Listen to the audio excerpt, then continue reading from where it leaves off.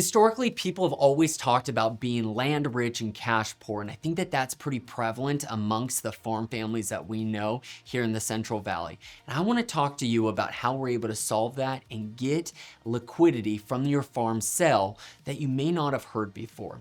You've heard us talk about DSTs. I'm not a huge DST person just because your money is illiquid at that point.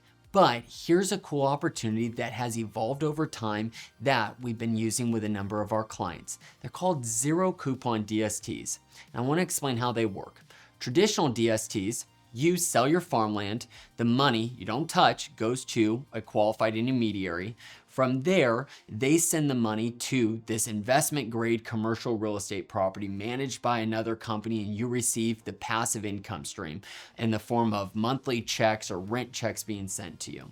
That satisfies the 1031, just the same as you're buying a commercial property yourself, but you don't have to be responsible for it. In the form of a zero coupon, you'd sell your farmland, the proceeds would go to the qualified intermediary, who would then send the money to the DST company, some big commercial property that has a tenant associated or a tenant that's occupying the space. Instead of you getting monthly checks from the DST company, what they do is after 30 days, so you'd wait 30 days, they're going to do what would be equivalent to a cash-out refinance. You end up getting a mortgage on the property to the tune of about 85% of the equity.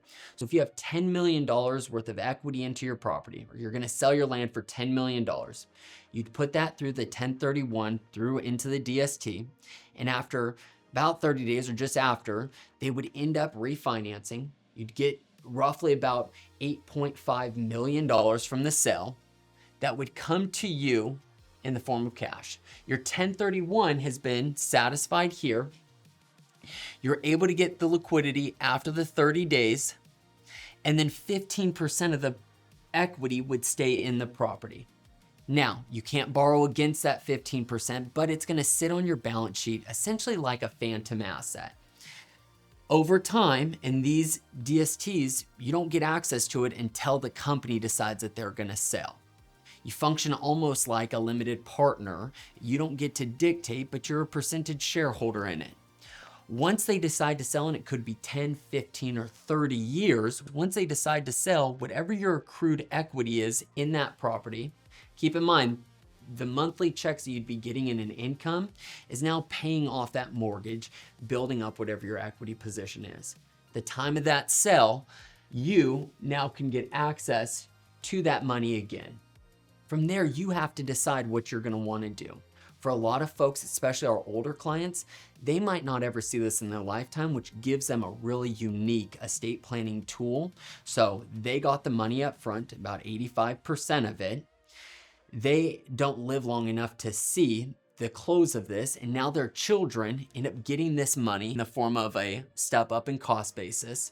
So whatever at the time of the death, whatever the value is now their new cost basis.